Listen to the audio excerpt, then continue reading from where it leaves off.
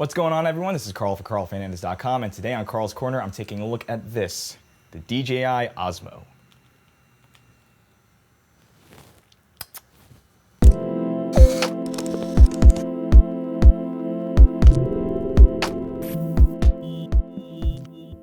So I'm just going to jump right into it and say that the Osmo is targeted at the action sports videographer as well as anyone doing events. Overall, the image quality is pretty nice coming out of the camera. I wouldn't say it's world class, so don't expect to push the grade too far on the footage that you get from this camera. If you're trying to match to Canon or Sony or Panasonic, you may find some difficulty in that.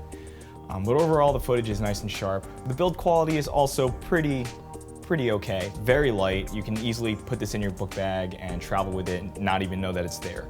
You use your iPhone or your smartphone or anything, Android, whatever, and you mount it to the Osmo here, and then you connect with the DJI Go app. I personally had some trouble. I don't know if it's the model that I'm using or maybe I'm doing something wrong, which could be the case. I haven't had an extremely long time to use this. Me personally, I've lost my connection to the device quite a few times. The first time that I had it to get it working properly, I was shooting the New Jersey State Fair at the Meadowlands, and it took a little longer than expected to get this thing up and running. I was hoping to just put my C100 aside, grab this thing and just go. I had to sit down and tinker with this a little bit. Sometimes the app would just not respond, even though it was working fine 2 seconds ago. So some software issues, it drains your battery like crazy. I'm not lying, I was at 100%. I shot with it for about 10 minutes total roll time, and I was down to 33%. So if you're shy like me, definitely be aware that this will draw attention. People will come up to you and ask you what this device is, so just be prepared to have to talk to people, and I'm usually not most of the time. So in addition to the action sports market as well as event videographers, I believe this camera is also touted for a good replacement for your vlogging camera. The audio is the only thing you'd have to worry about. So I'm pretty sure the audio is still garbage on this thing. The new firmware update actually turns the fan off when recording, which is great.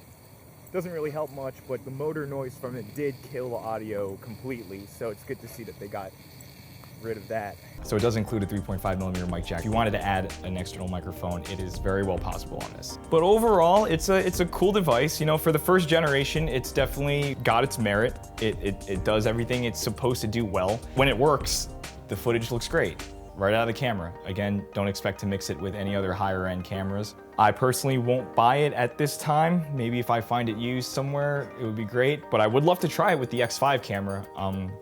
And I would like to try it with the other accessories. But it's great that DJI is staying in competition with other gimbal makers who are creating gimbals single axis for smaller cameras like the iPhone and GoPro and stuff like that. For the average shooter, the average person who isn't really into crazy camera tech, just wants something they could turn on and go, this is a great option to have.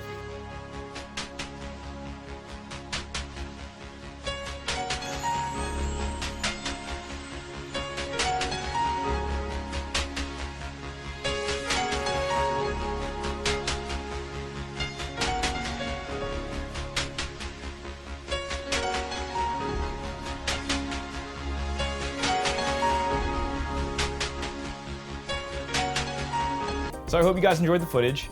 If you like what you saw, please hit the subscribe button and follow me on Twitter and Instagram. Those links are down there below. Again, special thanks to Nick Benedetto of NB Productions here in New Jersey for lending me the Osmo for this video, as well as Jordan Alazari of Cinematographic for operating the camera. So I will leave their links below. Please check out the work. Really good stuff, guys. And yeah, I will see you guys in the next one. Toodaloo, motherfucker. Ow.